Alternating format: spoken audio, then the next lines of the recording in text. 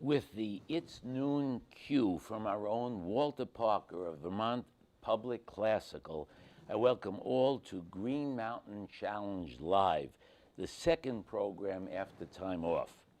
This is your conversation program which discusses the arts, culture, and atmosphere pertinent to the North Shire and beyond, and I really mean beyond. Beyond actually means all around the globe.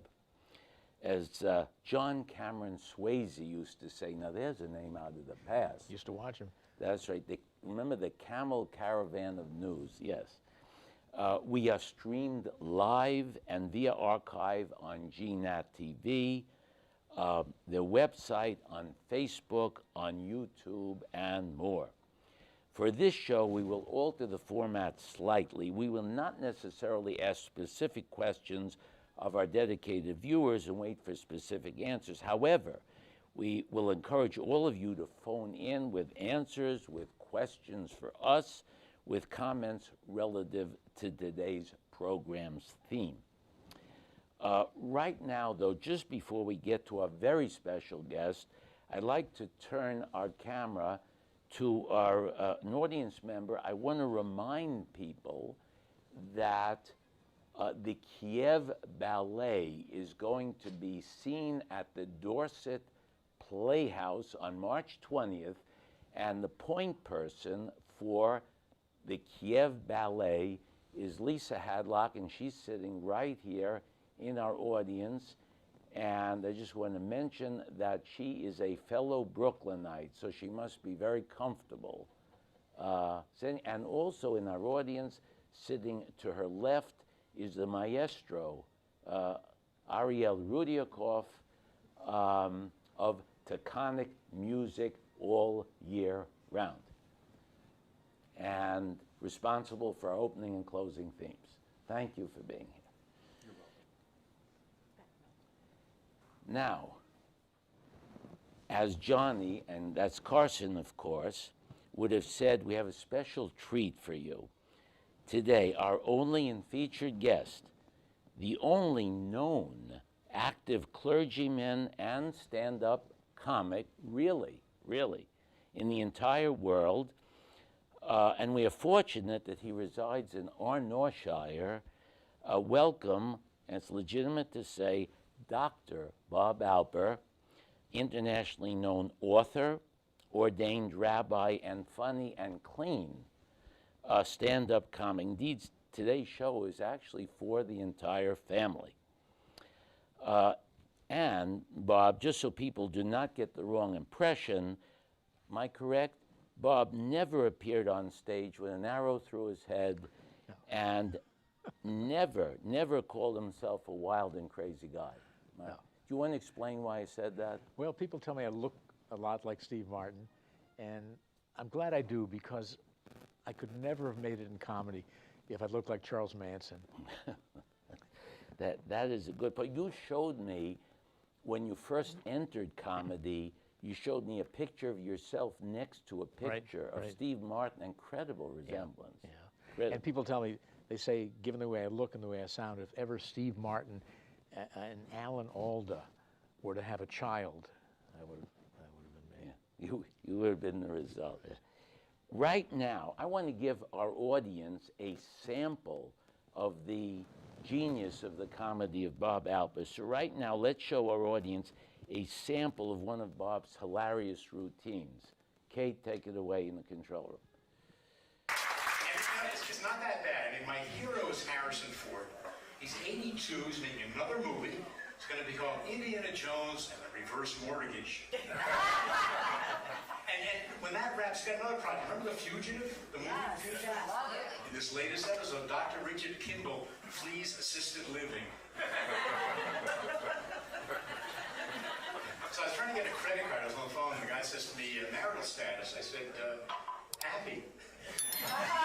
He said, so you're single? I'm not single. Next week, we observe our 56th anniversary. You know, we met in 1964. I was home from college, hanging out with a friend whose younger sister was hosting a slumber party for 6 girls with whom she just graduated high school. We crashed the party, of course, and I looked down. They were sitting on the floor of the kitchen, and I spotted one really cute girl wearing pink baby doll pajamas. And I thought, wow, I bet she would look hot in clothes. We were married in 1969. Back then, women didn't have the choices they have. Today, women can take their husband's names, they can hyphenate, they can take a new name. Back then, my wife did the traditional thing. She took my name. Her name used to be Sherry Zink, and now it's Bob Zink.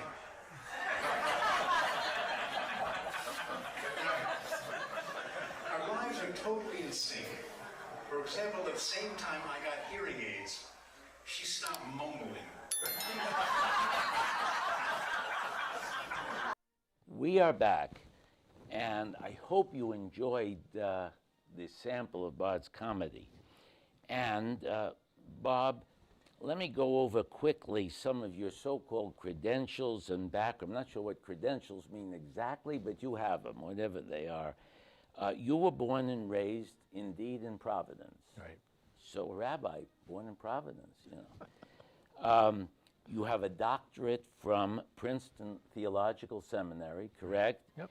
And then you became affiliated with a congregation or congregations in Philadelphia. There was something in between, though, correct? Well, I went to seminary to become a rabbi. Right. So before I went to Lehigh University, and then right after Lehigh, I enrolled in the Hebrew Union College in Cincinnati, and I was able to squeeze a 5-year postgraduate program into 6. I took a year off, went to Israel, got a lot of good material from living in Israel, used that in my act. And then after seminary, my first congregation was in Buffalo, New York. I see. Go Bills. Did you watch the game yesterday? No, I didn't. Yeah, But the Bills won. Sorry, I'm a big Buffalo fan. I have to put that in. Anyway, sure. spent 6 years in Buffalo as the assistant, later associate rabbi in a 1,600 family congregation. And then I went to Philadelphia and was the senior rabbi of a 450 family congregation. And by that time, I decided to leave there and open a counseling practice and do life cycle events. And it enabled us to move to Vermont 4 years later. But during the time I was in Philadelphia, I took a day a week off for a couple of years and traveled to Princeton. And at the Princeton Theological Seminary, I enrolled in a Doctor of Ministry program. And that was when I got my doctorate. There were 8 ministers, two priests, and 1 rabbi. And I loved that program. And after 3 years, I completed that. I would imagine in Buffalo you were snowed in quite a bit. Yeah, I was there during the famous blizzard of 1977. I remember it began snowing on a Friday morning. I drove downtown to the synagogue. It snowed all morning, all afternoon, all evening. That night I conducted services for the custodian. That's right. That night, couldn't get out that night. I couldn't get out the next morning. Finally, the next afternoon, I was able to slowly make my way home. And as I tell people, it was during those 30 hours trapped in the synagogue that I learned the true meaning of the words, "And I shall dwell in the house of the Lord forever." That makes a lot of sense, actually. In Philadelphia, you might have been snowed in, but in a totally different sense. Right, You know. right. But, which reminds me, and I'm going to ask this question of our audience, there was a very famous comedian who actually started out in burlesque, vaudeville, and then, of course, went into films. He was from Philadelphia. And whether this is true or not, I'm not sure. I suspect it might be apocryphal, but supposedly he was a known alcoholic. That's not not a secret at all. His image was that he hated children. That actually wasn't true. Yeah. He didn't hate children. It was absolutely, that was just a shtick for films and for his image. But supposedly, when the doctors told him that they couldn't do any more for him, he was supposed to have said, and I'm going to do a very bad impression, he was supposed to have said, "Oh, well, better here than in Philadelphia." So if our audience knows who it is, you can call in But you did not subscribe to that philosophy, better here than in Philadelphia, correct? Well, I love Vermont.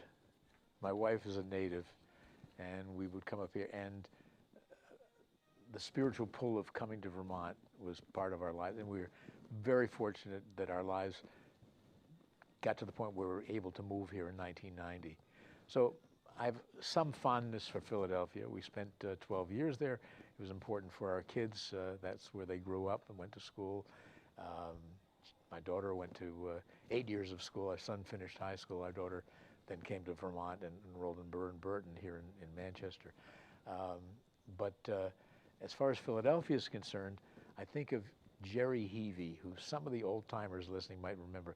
Jerry was the pastor of the First Congregational Church in Manchester for about 20, 25 years or so, and we were friendly. And Jerry also came from Philadelphia to Vermont, and Jerry used to tell me that his favorite view of Philadelphia was the one that he got in the rear view mirror of his car. So, yeah. So mixed feelings about Philadelphia, But you know what, I'm so in love with and spiritually satisfied by Vermont that there's no other place in the world that can excite me and bless me like Vermont. To be honest with you, that's true of me also. I'm from Brooklyn by way of Litchfield, Connecticut, and I feel the exact same way about a beautiful Green Mountain State. Absolutely. And I'm wondering, Lisa in the audience is shaking her head from Bensonhurst, Brooklyn. I think she feels the same way also. So, Bob, before I forget, I do want to thank you on behalf of not only myself, but many. You made, during the height of the pandemic, when we had to isolate ourselves and people were depressed and anxious, you made your comedy available free of charge via email to so many of us. And I did want to thank you for that. And it was a very generous, very altruistic gesture and was greatly appreciated. What drove you to do that, so to speak? You know, it was such a tough time, such a difficult time. And let me go back. There are all kinds of ways of being a rabbi. There's congregational life, organizational life, chaplaincy, study. And I realized, it took me a long time to articulate it, my rabbinate is helping people laugh. It's helping people laugh. And the best, this quote I think is Maya Angelou, who said, people forget what you say and they forget what you do, but they never forget how you make them feel. I saw that, yes. So I have the great opportunity to make people feel better through laughter, and I think that's a rabbinate. That's part of my rabbinate, and my ministry, as people would say. So when COVID hit, I felt that would be a good idea to give people a laugh a day to help them through. So I have tons of videos, and I made clips. You know, I've taped all my shows for years and years, and I cut them up into segments, 1 minute segments. They're available, by the way, on YouTube. If you want to go on YouTube and Google Bob Alper or Rabbi Comedian, you'll get 70 or 80 of my videos. I hope people will watch them. And I would put these out every day, and I ran the 70 or 80, and then I ran a whole bunch of readings. I had written some humor columns, syndicated humor columns for Jewish weeklies, and I put them online. And then after that, I did chapters from my books. My chapters, we'll talk about the books later, sure. But the chapters are 5 or 6 pages, and I would simply read the story, sort of like Fiorello LaGuardia reading stories, or FDR you read reading the comics, the newspaper, that's right. So I'd read stories and do that.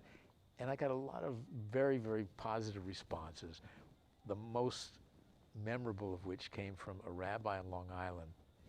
And he said, this past week, I had to officiate at 5 COVID-related funerals. He said, your daily emails was what kept me going, what kept me going. Kept a lot of people going. And it kept me going too, because it gave me something to do that I could essentially minister to people wherever they were. So humor is, it's not just a time waste, or there's something very, very spiritual about humor. Oh, I absolutely agree. As a matter of fact, I'm sure, I don't know how many people are in our audience, but I'm sure you're familiar with Norman Cousins, the publisher. Sure. And Norman Cousins had, there's no secret, he had ankylosing spondylitis, which is very painful. And he was convinced that humor actually alleviated his pain, and was, it may not have been a cure, but it was a very enjoyable treatment for chronic pain, and for whether it be emotional or physical. Yeah. I do another program in addition to stand-up comedy. I do a program called The Spirituality of Laughter, and I cite Norman Cousins. He's the greatest example. I'm glad you brought him up. He actually checked himself out of the hospital and into a hotel room with a supply of candid camera films. And what he said was, watching a candid camera film gave me an hour of pain-free sleep. Isn't that something? And you know, I'm glad you mentioned actually Candid Camera, which is, of course, originated by Alan Funt and kept going by his son Peter Funt. But believe it or not, I actually wrote 2 segments. Oh, really? For Candid Cameras, paid for one of them by Peter Funt, and I'm sort of somewhat of a historian of Candid Camera. Maybe some other day we can talk about it. Yeah. Love Candid Camera. And I do subscribe to Albert Funt's philosophy that really true humor derives not necessarily from something that's stilted, but from the next person who walks in through the door. Yeah. And so I'm glad that we brought that up. Now, you brought with you 3 of your books, and I believe that we have that in the control room to show, but can you say something about your books? And there are also prizes, autographed copies of prizes for people who call in. We have 3 hours? How many hours? I would love to talk about my books. We can come back. You're love welcome anytime. They're very, very important to me. It's my legacy, one of my legacies, I think. You know, people say, why did you write a book? Or eventually 2 books.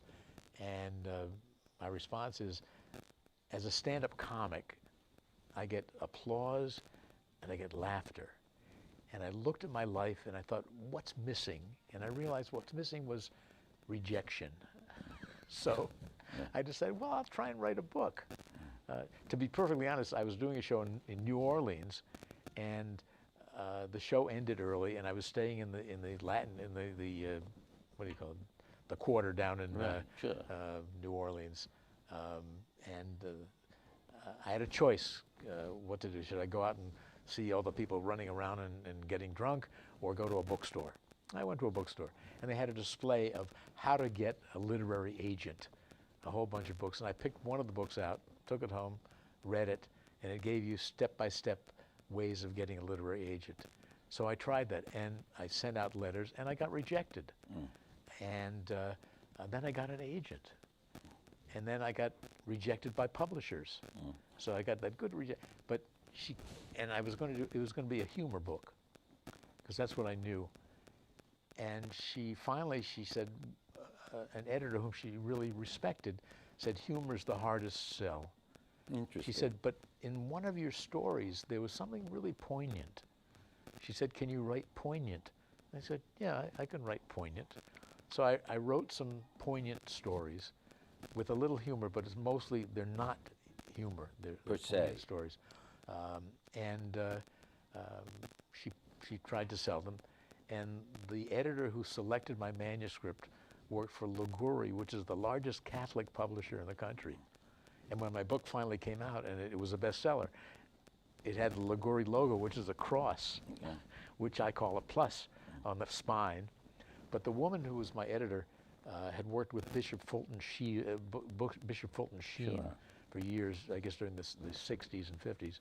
And for people who don't know, Bishop Fulton Sheen was a Catholic priest from Rochester, I think, who had a national television show, and he was beloved by people of all faiths. Yes. And that she thought I would be this really made me feel good. We published the book, and the book did very, very well. And Martin and Charlie Sheen, that wasn't their real name. That's not their real. They named themselves after Bishop Fulton J. Sheen. That's how they took the name Sheen. So this book contains each, and I did a second book called Thanks, I Needed That. The first book, I don't know if it's on the screen. First book is called Life Doesn't Get Any Better Than This: The Holiness of Little Daily Dramas. And the second book is called Thanks, I Needed That, and Other Stories of the Spirit. And each contains about 30 separate chapters. My wife says you can call it chicken soup for the bathroom, but no, I think there were the chicken soup books that came out with one-page things. These are a little bit longer. Many of these stories start out as sermons because that's the way I preach. I tell stories. I'm sort of a Garrison Keillor kind of preacher. Right. And a garrulous Garrison Keillor. Yeah. So, but for example, Life Doesn't Get Any Better Than This. The story that's called Life Doesn't Get Any Better Than This is a story. It's a very Vermont story, which I'm happy to tell. My wife and I sent our son to a camp up in Plymouth, Vermont called Farm and Wilderness. Sure. Calvin Coolidge's. Right. So That's Plymouth yep. Notch. That's right. So it's a wonderful camp, a Quaker camp. And after 3 years, our daughter really wanted to go there, of course, and we sent her. So she was about 9 and he was about 12. And they had visiting day, the fair day. And it was a wonderful experience to go up with the kids. They'd show off all the animals they took care of and the crops they raised and things they did. And it ended with a big bonfire and a square dance, and the counselors had a band. And then it was time to leave. So we went up to our car, and suddenly and very unexpectedly, our daughter started crying. She was a little homesick. And you have to understand, at that age, they were normal kids. Our son, to taunt his sister, used to go into her bedroom and fart on her pillow. That's the kind of kid he was, and that's the kind of kid. And she would scream bloody murder, and they were normal. But they're up there, and she started crying. And Zach put his arm around her shoulder, looked up at us, and said, "That's okay. I'll take care of her." And the two of them walked away. And they walked down into a dell and then up over a rise, and neither kid looked back, and his hand didn't leave her shoulders. And Sherry and I are standing there, tears, and we said, life doesn't get any better than this. I see. So that is the point. That's the story. Point to the sermon, really. Yeah. Life doesn't get any better than this. And it's true, and there are moments like that, and what I point out in the story, as it did in the sermon, is that it's really important to find, when there are moments that happen like this, to cherish them and to realize they are holy. You know, holiness doesn't only refer to old men with gray beards and books. Exactly. Holiness, that's a holy moment, and to recognize them and to insert them into our own I autobiographies. think that's called wisdom. I just want to mention here, you did not bring your dog Zeus today, correct? My dog, yeah. And you want to tell the story? I talk about, in my act, I talk about our family, or have a good section about animals. Actually, they're both, dogs are now gone, but our first dog came from Puerto Rico. There's a terrible dog problem in Puerto Rico. They throw them off bridges, but they rescued a litter, and they finally sent them to America. And when we got him, he was about 6 months old, and he came with the name Jesus. And you know, we're a Jewish family to have a dog named Jesus. So we decided we would compromise, and we called him Zeus. Zeus. And then if we had to get his attention, we'd say, "Hey, Zeus!" You know, and so that really Everything worked out fine. But then we changed his name to Barney. That I did not. But I talk about, you know, how, I mean, dogs are wonderful, and they're great fodder for comedy. I mentioned how in our house, you know, they say dogs and their owners, they begin to look alike and act alike. A little reciprocity goes on between them. In our home, it's kind of strange, but my dog gives me kisses, and my wife turns around 3 times before she sits. Yeah, well, that might be the opposite of what's expected. Makes sense in a way, you know. So, but serious, I do want to ask a serious question. How did you become interested in the clergy in the first place, and why did you decide to merge with the art of comedy? You touched upon that a bit already, but you also told me that you are a legitimate man of the cloth, and so could you? Well, I guess everyone has a role model. First of all, my parents were very involved in synagogue life. I was involved in synagogue life growing up in Providence. I was president of our youth group. I had all my bar mitzvah, confirmation, and all. When I was in the 2nd grade, I spent most of that year hiding in the coat closet. I was not a good kid, and I remember sitting in the principal's office with him saying, if your mother weren't a member of the religious school committee, you'd be expelled in a minute. So anyway, but I was normal. But my uncle, my mother's brother, was a rabbi, a prominent rabbi, and a wonderful role model. I had that in my background. And in college, I toyed with the idea of becoming a rabbi. And in my senior year, I decided to go to seminary. I felt, even I got into University of Chicago Business School, Cornell Business School, but I decided I'm not sure if that's what I want to do. If I go to business school and decide to become a rabbi, it's kind of a wasted year. If I go to seminary and decide I don't want to become a rabbi, it's still going to be a valuable opportunity to learn about my religion. Anyway, I was accepted to seminary, and I enrolled in what was a 5-year program, postgraduate program. I didn't enjoy the seminary.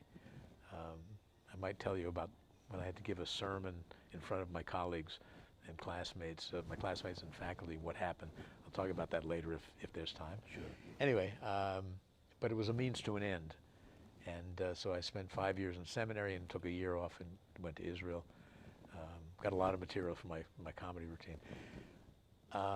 And then I was ordained as a rabbi and served in Buffalo and then Philadelphia.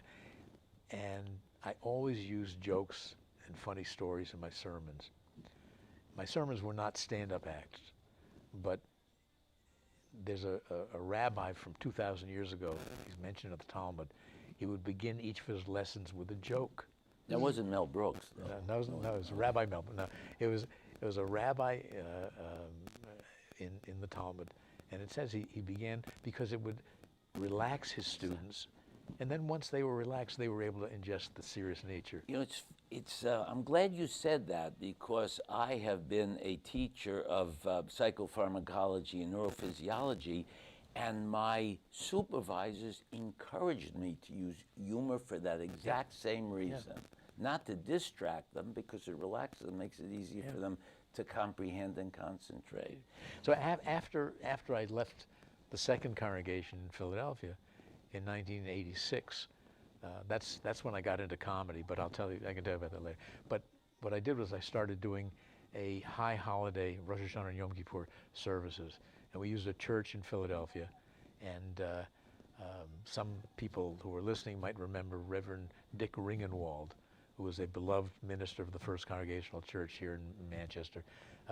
Dick and Betty, who were having dinner with them in Philadelphia, where they were, and Betty said, "Why don't you use our church?" So we did, and Dick later came up here. But anyway, we had about 450 people every year for 30 years at that church, and did high holiday services. What I'm getting towards is, I remember, for example, one sermon that I gave, I began like this. I said, for the past 2 weeks, my wife and son were in Peru on vacation. I stayed home to write sermons and prepare for the high holy days. You're welcome. Yeah. Congregation cracked up. Right. And then, with that, then I got into an 18-minute serious sermon, but they were relaxed. Sometimes I insert humor later on, but my sermons are very serious, and I think and many of my sermons became stories in my book. Understood. But there's a lighter aspect to why you became a man of the cloth. I believe your grandfather. Right? Oh, that story I tell. So I mentioned my late uncle was a rabbi. My grandfather manufactured men's suits. So I'm legitimately the product of men of the cloth. Yes. So that was the joke, which by the way, it's sort of a pun-like joke. I never use it in my act because people will go, ooh. Just like I wouldn't refer to your name in my act. I'll tell you why. Your name is Liz. Right. And I think I told you before, but the audience doesn't know this.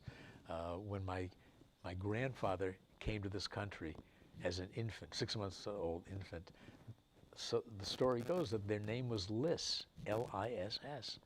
And that some reason they changed it, my great-grandfather changed it to Alper, which was his mother's maiden name. Why, we don't know. But Liss is somewhere in the background. So if my grandfather's name was Liss, and his name was Benjamin, but they called him Benny. Right.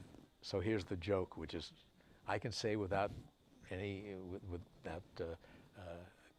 doubt that when my grandfather came to this country, he was Benny Liss. Interesting. And I don't know if our audience knows it, you might know it. In Eastern Europe, Liss means fox. Oh, really? It absolutely, with one S in Polish, but it's throughout Eastern Europe. So I can say he was Benny Liss. Well, I suppose. I don't know if you got that one, but that was he was Benny Liss. Yeah, that is interesting. So interesting. You are a man of the cloth, and you actually once were a Liss. Isn't that interesting? Yeah. A fox, I guess. I do want to say right now that, well, first of all, you reminded me about throwing maybe a joke or two into the congregation. Our colleague, your colleague, the late Jackie Mason, began as a rabbi because his entire family was rabbis, and he felt he had to be one. He didn't like being one particularly, so he started throwing in jokes in his sermons. The congregation would laugh, so he started throwing in more jokes. Eventually, he just he left the rabbinical business, so to speak, and became a full-time comic. You said you refer to Jackie Mason in your act or acts, but in what way? I know you wouldn't do anything that Jackie Mason did on Ed Sullivan Show. That I know for sure. And we're not going to go into what he did on, I got in a little trouble on Ed Sullivan's. But how do you refer to Jackie Mason? Well, first of all, I'm not a fan of him. Right. I don't know how. He once appeared in a men's magazine with naked women. You know, I can see why we wouldn't be a fan of this. And I'm a guardian of the title rabbi, and I don't like to see the title rabbi used in any way that's not appropriate. Anyway, but he was a rabbi for about a year, and he had a congregation. So I mentioned Jackie Mason in my act because I say people always remind me of the fact that was the comedian who was a rabbi, Jackie Mason. Then I continue, I say there are a few differences between me and Jackie Mason. First of all, I'm still and always will be in some way or another a practicing rabbi. He was not. You're correct. And secondly, the accent. To me, you remember Jackie, I don't imitate him. When I do shows, older Jewish men love to come up to me and show me how they can imitate Jackie Mason, and I have to listen with a half smile and let them go do because I'm polite. But anyway, I say, to me, Jackie Mason didn't have a Jewish accent. In my view, an authentic Jewish accent is like my grandfather's, something he derived from that faraway land of his birth, Bangor, Maine. I can hear him now saying, well, Bobby, got to get you down to the synagogue, start you studying for your bar mitzvah. I say, to me, that's a Jewish accent. Understood. To be perfectly honest with you, my one grandfather was born in Lithuania. My other grandfather was born in Baltimore. Neither was born in Bangor. I mean, I made that up. Sure. But that's what you do in comedy. And then I continue, actually. I tell in my act, I say, my grandfather used to love to tell stories. In fact, one of his favorite stories was how he was on the bridge of the Bar Harbor ferry one time talking with the captain when a very proper society matron from Boston joined the conversation. Suddenly a seagull flew over and made a dropping splat on the captain's lapel. "Oh my goodness," said the matron, "I'll run and get some toilet paper." And the captain replied, "Oh, don't you bother.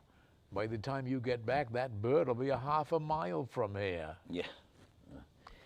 So that's my Jackie Mason bit. Yes, I understand. And he, in all honesty, especially, he could be brilliant, but especially toward the end of his life, he became a little, from my taste anyway, a little bit too acerbic and, insulting and I don't want racist. anyone, when I do my comedy, I don't want anyone to leave, I want everyone to leave feeling good and to have a really good laugh. And an example of how my routine has evolved is for a number of years I did a joke about how it seemed like every couple that I married would choose as the recessional the song from Fiddler on the Roof, Sunrise, Sunset, or the processional, I guess would be Sunrise, Sunset. And it always amused me to see a 220-pound bride walk down the aisle to "Is This the Little Girl I Carry?" Yeah. And the audience liked that. And I had an agent at the time, and she was a heavy-set woman. She liked that. And then I was preparing for a show in Lancaster, Pennsylvania, and I was talking to my agent, my manager, and she said, "Oh, by the way, Bob, the woman I was putting the show together with asked if you were going to do that bit about Sunrise, Sunset is this little, the heavy-set bride." And it clicked, and I knew that this was a woman with a weight issue. And I knew that it was not funny to her. I understood. And that I never, ever did that again. I see. And I had a tape that I was selling, my tape, and then I converted it to a CD. And when I converted to the CD, I only made one change. You deleted. I deleted that because I don't want anyone to be offended or to hurt or to go in a different direction other than just genuine benign laughter. And wisdom derived from the benign laughter. And that's my rap in it. You know. Exactly. And actually, now I want to lead into someone who indeed was one of your idols, a true role model, whom I knew slightly, and that he called himself a humorist. He didn't like the term comic, certainly didn't like the term comedian. And if people want to call in, if they know who this is, or they have any stories about it, please call in. His name was, I'll mention the name now, but his name was Sam Levinson. I happened to go to a grade school in Brooklyn called Brooklyn Ethical Culture School. I don't know if you're familiar with that, Lisa, with his daughter, Emily. And Sam Levinson was known for his wholesome humor derived from family interactions and basically how people deal with the commonalities of everyday life. And just to tell you one quick story which stuck in my mind was he wrote several books, as you did, and he didn't like to be called poor. He didn't like that term.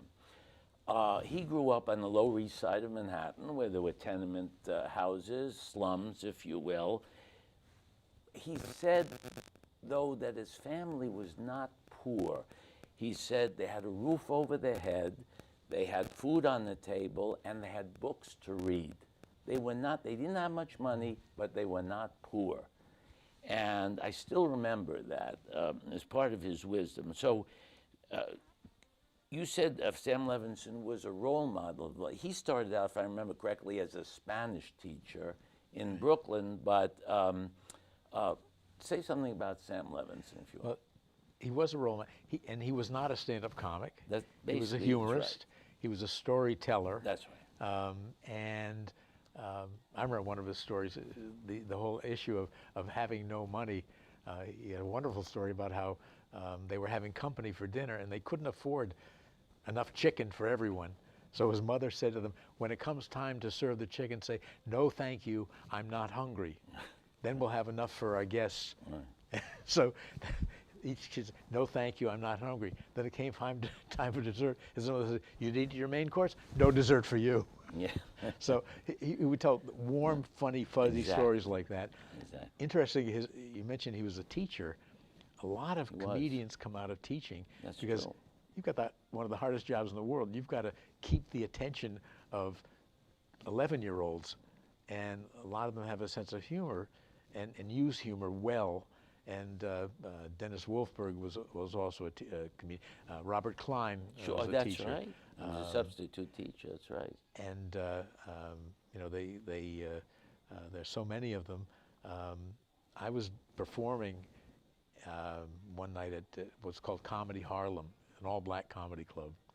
Probably, I don't want to seem patronizing, but one of the best audiences I've ever performed. When you say this is Harlem. So it was a weekday show. There were about 50 people, and the host, the MC, was rough. He was tough.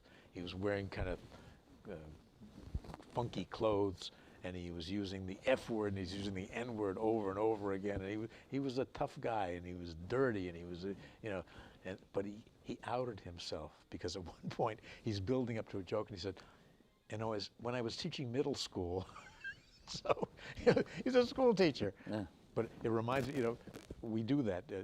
My son used to run a music festival in North Carolina, and he and I were watching a blues band. And the leader of the blues band, there were 5 men on stage. Leader's got a cowboy hat and a string tie, and he's saying, "Yeah, we're so glad that Eddie just got over on the drums. He just got out of jail. He's on bail. We all chipped in to get him out. And this one over here, he left his wife and children, but we think he's telling all these terrible things about that." I said, "Zach, the leader of the band, what does he do in real life?" He said, "Oh, he's a lawyer in Charlotte." Yeah. As were all the other people. Well, it's funny. He's trying to tie things together. You mentioned North Carolina, and you mentioned that we talked about Sam Levinson. I'm hoping maybe someone calls in who has a story about Sam Levinson, which you might find interesting. So, Bob, I want to ask the second question. Somewhat serious. Do you believe that family humor, and you touched upon this, but I was hoping for a more definitive answer. Do you believe that family humor promotes healthier relationships, particularly in these very, if not troubled, these very charged times, a very charged world? I do remember Sam Levinson felt that way. Do you believe that family humor helps to promote healthy discourse and so forth? You know, one of the projects that I did started I think back in 2001. Maybe it was earlier, maybe 91. Anyway, had a publicist in California, and how to promote me. And she called one day. She said, "Bob, I got this great idea. Why don't you do a show with a Muslim comedian?" Oh, I remember that. That's right. And I said, "Do you have any other ideas?" Because I wasn't interested. Not a Muslim Jewish comedy, but the idea of working with another comedian, because they tend to be neurotic, and I'm a lone wolf. But she didn't listen to what I said. She found a guy named Ahmed in L.A. We did swap videotapes across the country, and we liked what we saw, and we started working together. And I invented a thing called Laugh in Peace, and worked with Ahmed for years. Then I worked with a guy named Azar Usman for years. Then I worked with a guy named Mo Amer, who has become a megastar with his 2 shows on Netflix, his stand-up comedy on Netflix. He's got guest roles in all kinds of movies. He's a megastar, Mo Amer, and lovely guy. And he was here in Vermont. We did shows here. And we added a minister, Susan Sparks, Yes. who also performed with us. And what we used to say, going back to your question, was, when you laugh together, you can't hate each other. Well, yes, that was basically When you my laugh point, together, you yes. can't hate each other.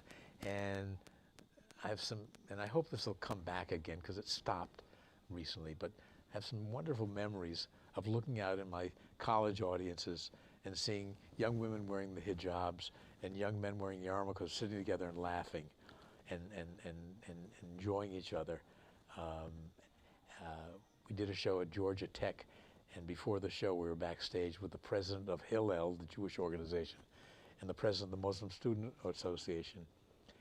They were the sponsors, and they were talking with each other, figuring out where they were going to go out for dinner afterwards, the two of them.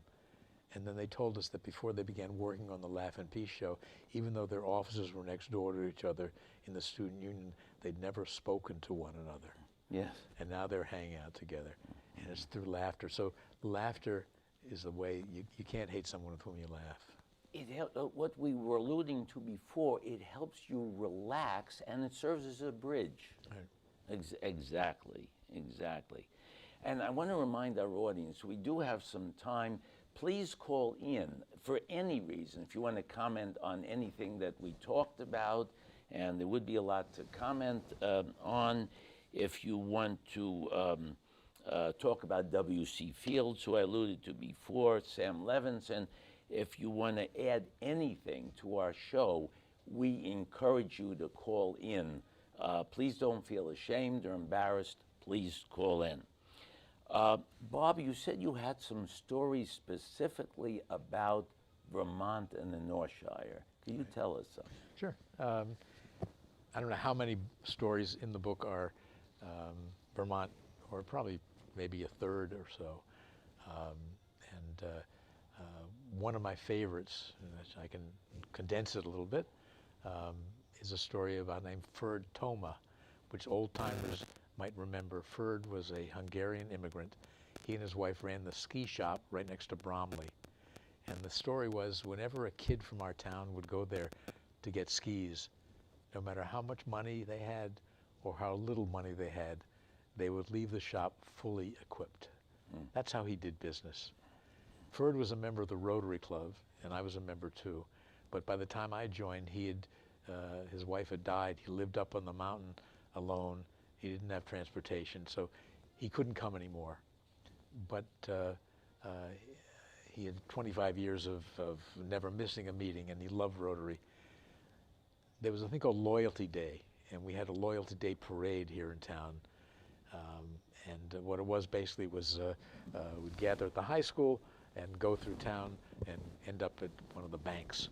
And there'd be a fire engine, a police car, and the Rotary Club had a float, which meant a convertible with a flower on it. Basically, that's it. And It's Vermont, right? A wonderful woman named Tara Dowden, who has passed away since. But Tara loved Ferd, and she called him, said, "Ferd, it's Loyalty Day. Would you like to ride in the Rotary Club float?" He said, "Oh, it would be wonderful." So she went up to the mountain, brought him down. They put him in the back of the convertible, and they left the high school, and a few people on the side, on the streets, and made their way through town to the bank. At the bank, he got out of the car and was talking with people and was loving it. And then it was time to go back. And so Tara put him in the car and drove him back up the mountain. And he was uncharacteristically quiet. And she noticed he kept looking back at the village. Right. You could see the village, and then smaller and smaller, and then it became hidden by the foliage. And she said, "Ferd, is everything all right?" He said, "Oh, yes," he said. "This was the most wonderful day of my life. To think the entire town gave a parade just for me." Well, look. And he used to tell people that story with great pride for the next couple of years until he died, and no one told him anything different. Why would they have it? It made him very happy. So that's one of my Vermont stories. I've got a lot of stories about a lot of Vermont stuff in there. Actually, getting back, wait, we can invite you to another show just for Vermont stories. I would love it. I'd like to read them. Yeah, 'Cause they're, you know, absolutely. Absolutely. You're the star of it. If you're on this show, you're the star of the show. Just getting back to Philadelphia, so you have actually, in thinking about it, you have a lot in common with many comedians, many comics, comedians, and so forth, who started basically their livelihood, if you will, in Philadelphia. Joey Bishop, whose real name was Joey Gottlieb, actually. Joey Bishop, Jack Klugman. It's actually pronounced Jake Klugman. Jack Klugman, Corbett Monica, Guy Marks. It wasn't his real name, Guy Marks, but there were so many that actually started out in Philadelphia, and W.C. Fields, of course. who made jokes about Philadelphia. I don't know whether he liked Philadelphia or he didn't, but it was rife for jokes. So, is there another lovable story you can tell about your adopted home, which would be, well, I'm not going to give you exact address, but it would be Dorset or East Dorset, correct? Well, in the book, I tell about a guy who was born in East Dorset, who in 1895, in the room next to Widow Wilson's Tavern, and how he went on to become Bill W. And how the effect he had from our little town of East Dorset, how he changed millions and millions of people's lives through founding Alcoholics Anonymous with another Vermonter, Dr. Bob. It's an amazing story. I talk, in fact, in my book, when I tell that story, my editor put a picture of Bill's grave, which is in East Dorset. And, you know, a friend of mine and his wife, a newly acquired friend, visited us. And one of the things that we do is, with visitors, we took them to show them the tavern, which is now an Alcoholics Anonymous shrine and a place for gathering. And we took them to Bill's grave. And we got up to the grave, and very surprisingly, the wife began to weep. Mm. We didn't know that she was an alcoholic. And we didn't know that Bill W. essentially saved her life. But that's the impact somebody from our little town has had. And there are so many famous people who, to help others, made clear that they did have a problem with alcohol at one time. And I wouldn't say anything that wasn't made public, but the great Dick Van Dyke, Mary Tyler Moore, well, Gary Moore, who I'm going to mention in a second, Thomas Garrison Morfett. He's very honest about it. And so, but they came out of the, I guess, silence and made clear how they overcame it, and it's not that easy. So, but the point is, it happens in Vermont too. Yeah. I have a lot of, another quick, I don't know if we have time, another story about the East Dorset General Store. Okay. Ray Petrie was the owner, and he still works in the store. Interesting. I mentioned Dick Van Dyke, Rob Petrie. Yeah, Rob Petrie. Go ahead. Ray told me a story. This is in my book, which I used for a Yom Kippur sermon, actually. He told me when he was a kid that he was a normal kid. In other words, he acted out sometimes, sure, like all any kids kid. do, yeah. And when he did that, you know, his father would just, with a nod of his head, nod, which means, let's go outside to the woodshed. And he told me that, and I said, oh my God, you know, child abuse. I'm going to hear a story of child abuse, of a bee. He said, no. He would take him out to the woodshed, and he knew the ritual. They would take a two-man saw and go into their woods, and his father would find a tree that needed harvesting. Right. And they'd set the saw, and they'd begin to saw, but his father would only guide his end. Little Ray, had to do all the sawing, and it was hard, and he was sweating, and he would saw and saw and saw, and it was really tough. And then the sawing became lighter, and bit by bit, because his father was now taking up his side, and pretty soon it became easy. And he said, as the sawing became lighter, I knew I'd been forgiven. There's there's a moral there, and not he didn't beat him up. He had absolutely again. I like to tell stories that have surprises. When you think it's going one way, it goes a different direction. Oh well, that's O. Henry. Henry, right? That isn't that the whole point of irony and humor? Absolutely. Right. I said I'd love to have. We're getting near the end, but I'd love to have you back for another show because there's so much to talk about. If you'd be willing to. Absolutely. This is what I do. Well, yes, but you do it in a special way where you incorporate it into hilarious humor. And we played a clip of one of your sermons. So I don't want people to think that you just come here and monotonously. That's not what you do. So we're really so fortunate to have you here. It could very well be that people aren't calling in because they're listening intently. I hope that's the case.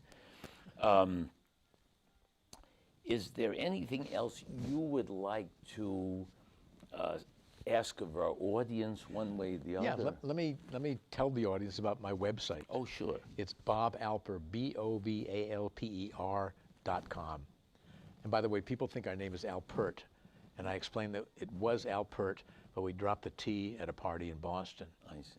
So that's how they remember. I got it. But if you go to bobalper.com, it has a number of things. First of all, it has video clips. Right. Secondly, it has comments by people who think I'm funny, which I like, including Norman Lear. He's on there. Our own Norman Lear. Our own Norman Lear. Right. He's a quote from him, and other people quoting Adam Sandler. He thinks I'm funny. So that's right. If I'm not for myself, who will be for me, says one of our scholars, Hillel. So bobalper.com, and also if people somewhere ever want to book me for a show, that's how they get in touch with me. It's got direct way to reach me, and it has my bio, the full bio. So bobalper.com. Hope people will take a look. Good enough. And so again, you have such an interesting, eclectic background. I guess we could refer to you as Steve Allen, the great late Steve Allen, called himself a Renaissance man, if you will. Yeah. The only thing is, I don't think you've composed as many songs as Steve Allen has composed. The only problem with Steve Allen... But he wasn't a rabbi. No, he was not a rabbi. So, no, that is correct. But he composed, I believe it was always in the Guinness World Book of Records, composed over, I believe, 800, 900 songs. The only issue with that is people only remember one, you know. But nevertheless, you did not do that, though. That is not one of your, I guess you would say, fortes, not fortes. A lot of things didn't command a submarine either. So. Yeah, well, that's a good point. Neither did Steve Allen, for that matter. But you know, this could be the start of something big. Was the only song that anyone ever remembers. Yeah. But, so in any event, so how it looks like we are drawing near the end of our show, but it's an incredibly interesting show. Actually, I'm going to ask our audience, how did you like the show? Yes, you can, Aiden, you can turn. Thank you very much. Thank you. Okay, I liked it very much. Thank you. Lots of New York stories. Yeah, beautiful story. yes, I don't know if the people at home heard that, but they said beautiful stories and New York type stories, And we're both New Yorkers. Yeah. So we know what we're talking about. Guilty. So Thank you.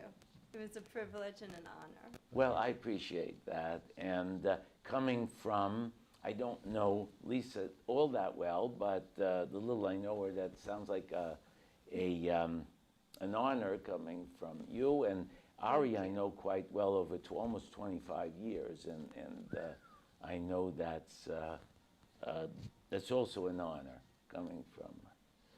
Thank you. And Thank you for having us. Thank you for having us. we also have another Ari here, but she's on the crew and spelt a little differently.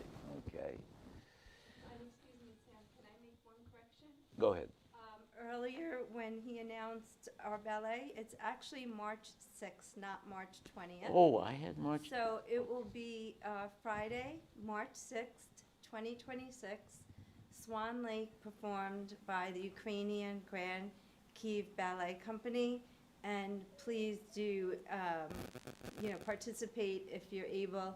It will be unforgettable, enchanting, and really there are no other words I can say.